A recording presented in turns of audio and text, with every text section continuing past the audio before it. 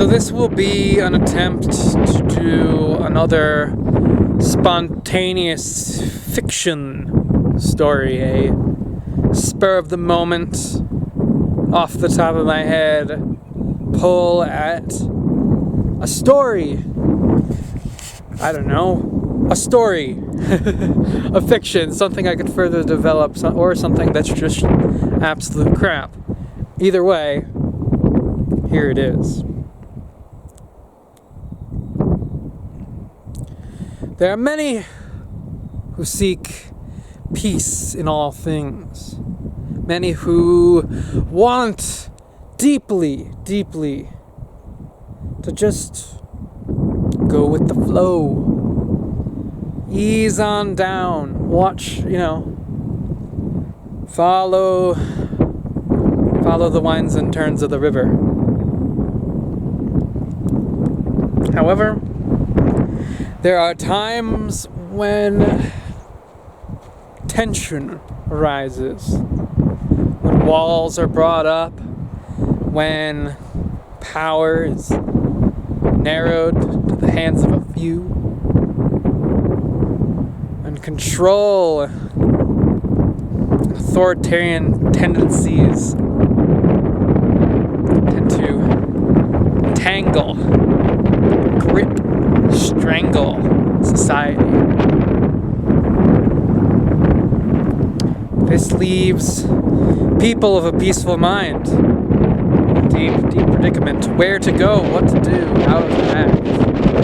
On one side they have authoritarian control, oppressive figure,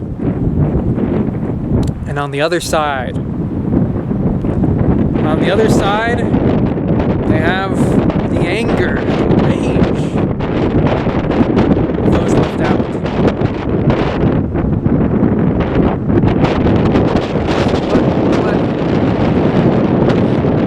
What does one do when they themselves don't seem to be the aggressor, when they're more passive than assertive, when they're more of a dreamer or an idealist, or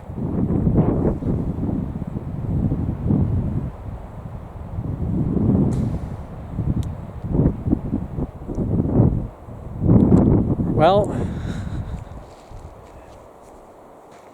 they could play out a lot of different ways, right? Someone who seeks the positive in everything, right? Even in a dim world, someone who looks up through the darkness, the one tiny star of light above them, the possible way out. Not many deem to delve into the darknesses of history to see what got them in such a dark, deep well to begin with. However, they find themselves in it, and they find themselves not appreciating that system.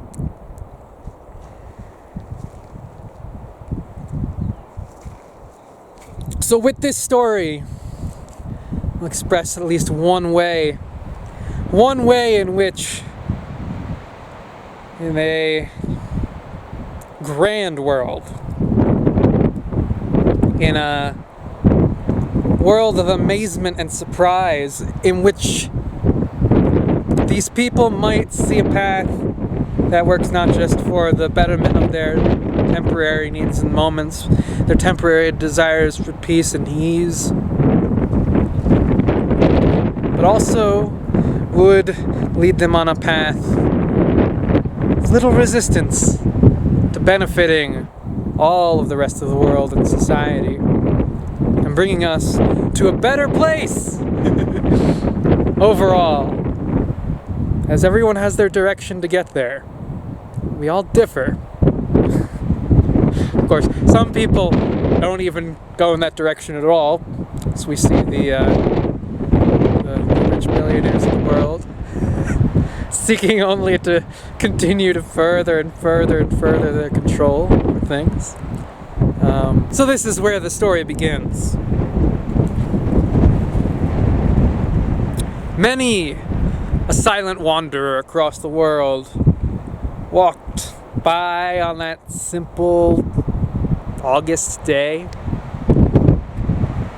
The reality, the current situation in the world was that nothing at the time was really that simple. Just really the places in which these quiet wanderers happened to be at these points and times in the day, right?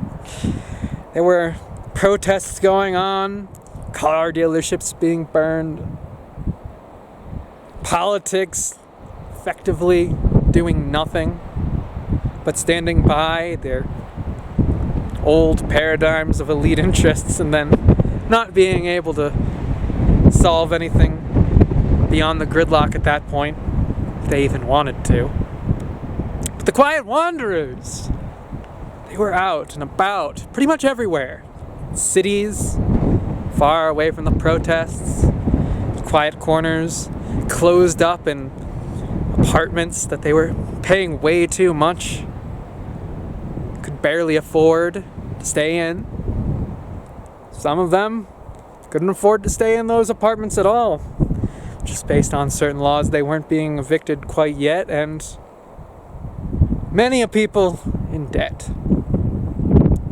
And yet, these are the kinds of people who, despite all that chaos, will try to look for the smooth, the calm, the ease, right? They're not always in it themselves, but it encapsulates some of their greatest desires for themselves, for their lives, for their future. This day, however, was decently different than any other. Not because these people weren't in different places, you know. They weren't all out in forests, feeling the breeze and the ease of nature. They weren't all in thick, covered smoke from the forest fires burning across the world. They weren't coughing up a storm, nor any more than they were any other day, right? No, they weren't. They were fishers, they were fishing. If they were gamer nerds, they were gamer nerding. If they were obsessed with anime, that's what they were doing that day. If they were stuck in some very simple, underappreciated job in which they may be an essential worker, but even during a pandemic, nobody was paying attention or giving them a raise or making their lives any much more meaningful despite the meaningful value of their work in such hard times. Oh, no. Nothing was different. Nothing was different in their actions and the way that they would do things. But as with things that happen throughout time and history, as shifts in a society happen, so do other people move, you know? People who don't have an impulsive drive to push forward and to yell and to shout and to be loud. The non-aggressive, the non-extreme, the non-pushers, the non-reformers, the non-idealists. Well, these are idealists, some of them. But the people who don't demand, right? Typically, even if they desire. These people, during these tides and times in history, will go with whatever tide flow is most naturally aligned to them. If the tide shifts their direction, it might pull them in, right? Whatever part, area of the land that they're in at the moment, right?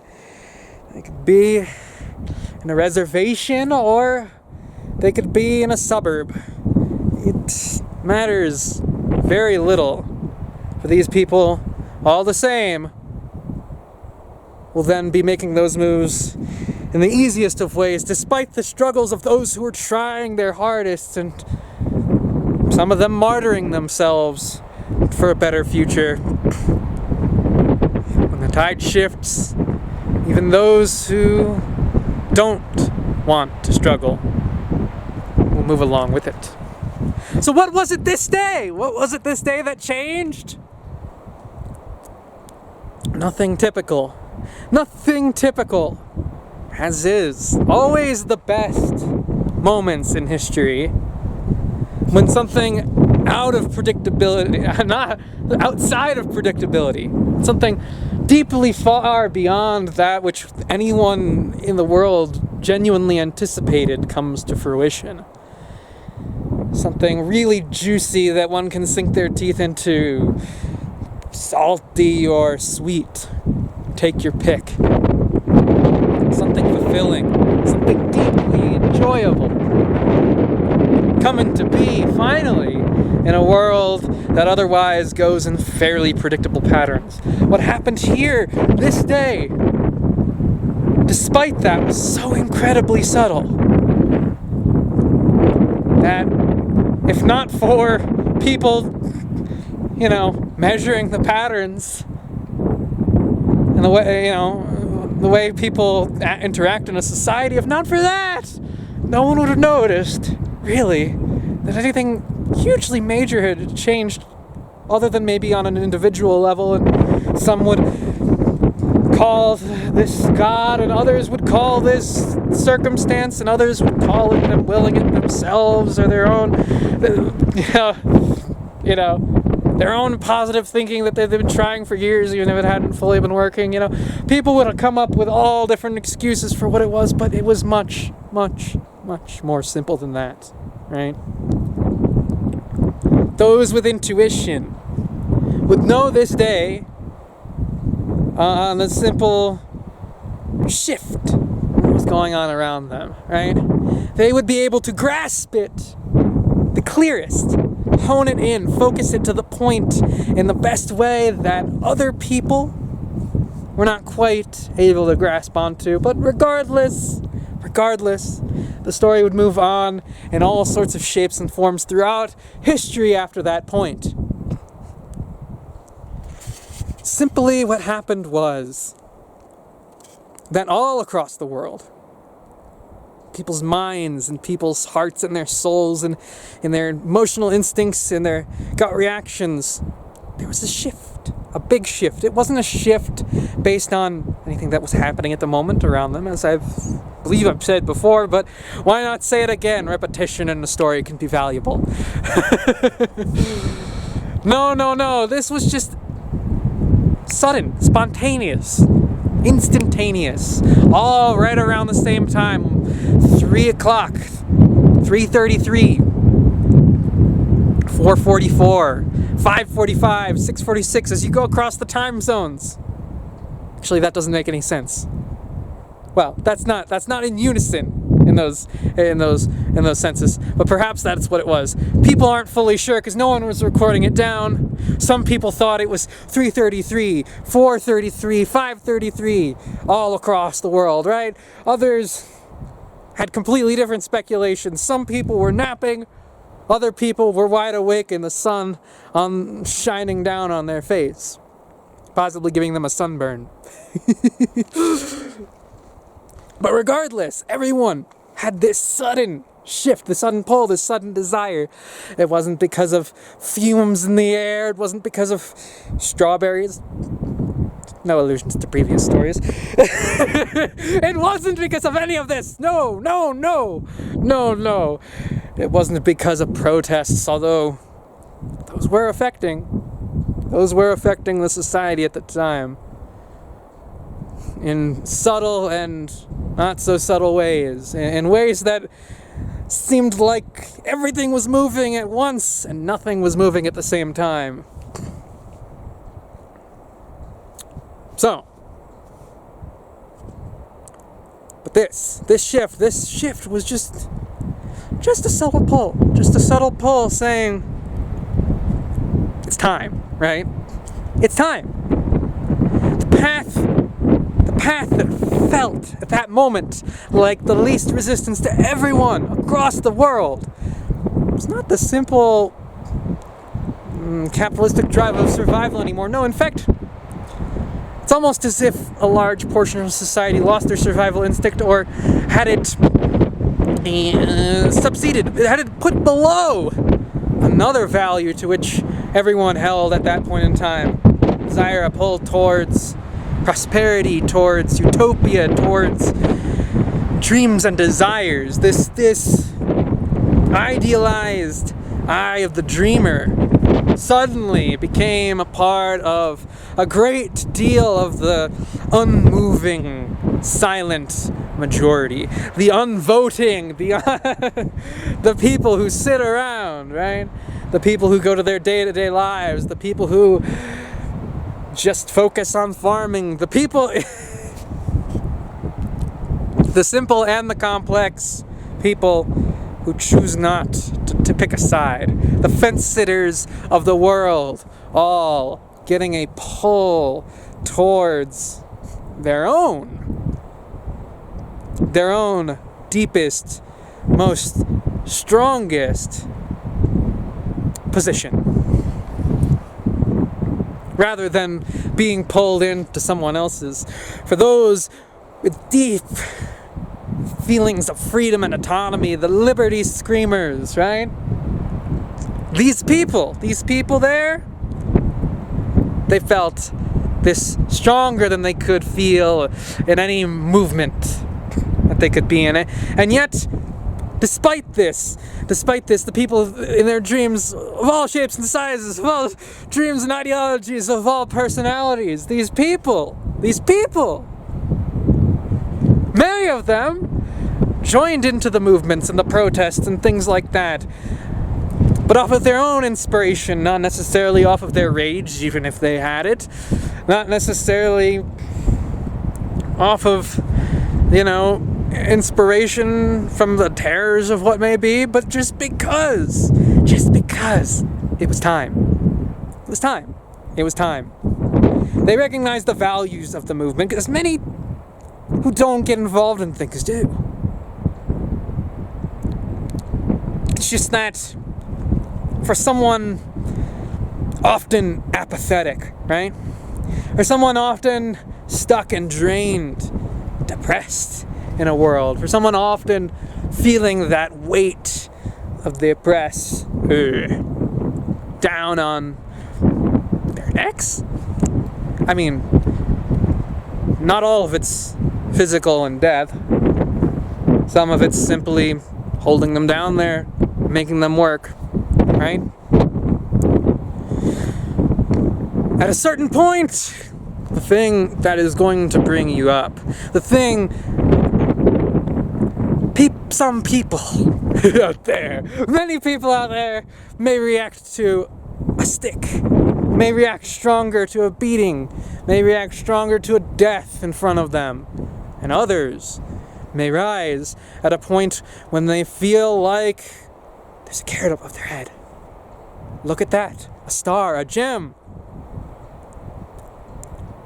a beautiful rose quartz. Look at that giant, monstrous tree of green and lush.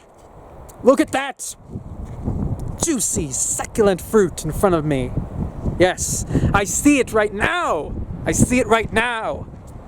The opportunity, even if I can't tell you what that opportunity is right in front of me, and I will drive towards it with every fiber of my being, because I know there might not be another moment like this in my life. And that is the driving factor that's screamed inside many of these people who otherwise would never be moved by people's anger or rage, or by reality itself, by the terrors of the world, by the devastating moments in time.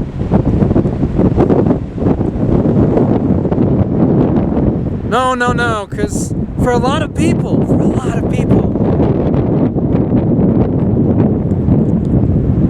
that's a moment. Those moments of tension and frustration and terror are moments where they close deeper and deeper in. A tiny little huddle.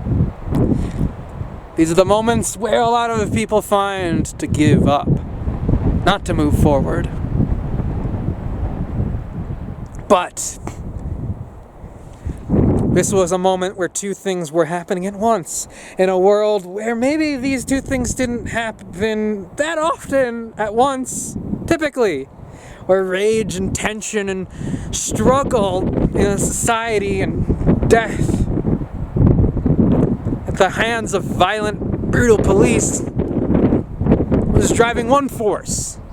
And all of a sudden, a much more subtle and much more easy and much more peaceful and joyous heart skip, a beat, a thump, a pulse of rushing, flowing blood was going through the veins of another segment of society that hadn't seen much light, hadn't seen enough light to want to reach for it again. And that's when suddenly things came to a head much more greatly. Much more greatly. Thank you, greatly. Bigly, I don't know. You can tell I haven't worked that impression at all. Bigly, great. Beautiful. Beautiful bombs. Imperialism is terrible. Oh my god. Anyways. And that was a moment of ignition. Because you had a group of people who otherwise might be stuck in some sort of self-help loop for the rest of their life. Suddenly, just going on an impulse that felt like them to be the easiest thing they could possibly do.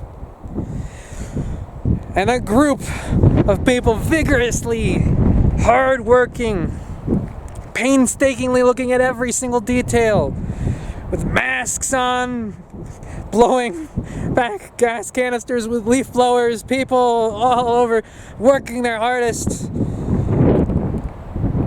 These two forces suddenly in a society came together in a way that they may have never done in history in such a clear way before, as some of these nappers and sloths were napping and slothing during these times. Of course, some of them may have came out as well. I am not the bearer of the best knowledges of history. Nonetheless, this was a time unique in the fact that millions more people existed, that things became large global movements rather than nations. Things did not culminate in just one or two cities, but in hundreds, thousands, millions. I don't know how many cities there are in this world. Who knows? Trillions? Probably not. There's probably not trillions of cities. There's trillions of cities.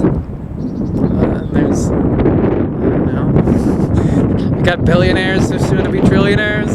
There's gonna be a serious problem somewhere in the midst of all this, don't you think? I don't know. Maybe there is. Anyways, there already is. There already is a problem here, regardless of whether or not there are more money in the hands of a few than there are cities. It's very weird. Very weird, baby. Anyways.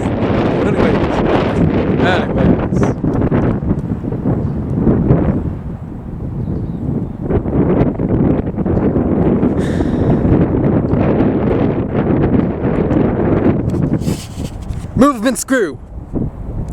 Many of them. Not just one. Many of them. Many different movements. Movements all across the spectrum that were small and big alike.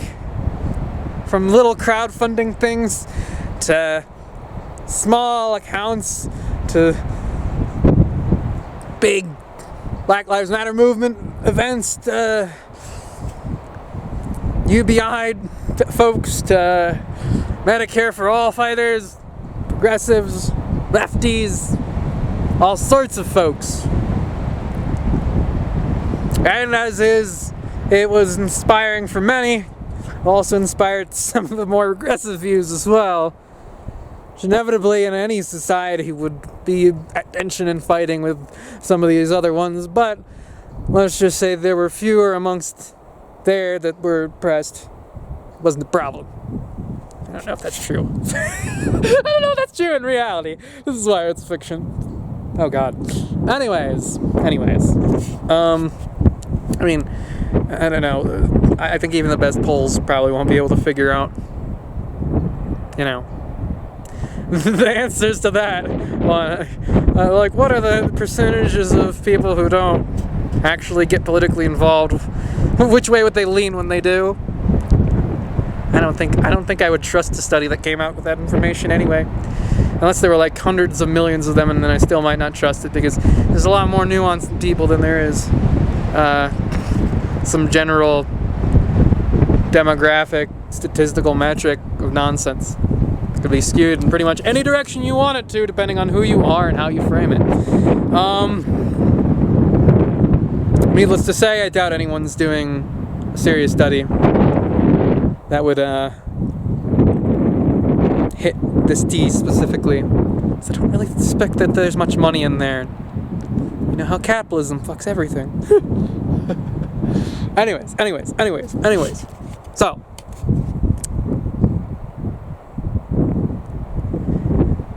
many movements, big and small, all culminating to a head. Many of them merging ideas so that it wasn't just one unified, singular platform like a spearhead, but like, you know, millions of forked, like pitchforky strings and lines shooting up into the air all at once from thousands of different locations, like a forest growing all at once, right? Yes, not a centralized fuckery where power lies in the hands of the few, but no. A unified, crazy coalition of multiple different views all existing at once and pulling forward and screaming to the top of their lungs. And then society changed.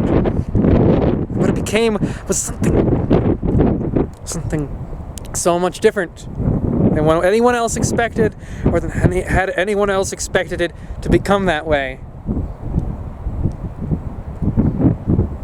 To the point where, if I told you right now how it even came to be,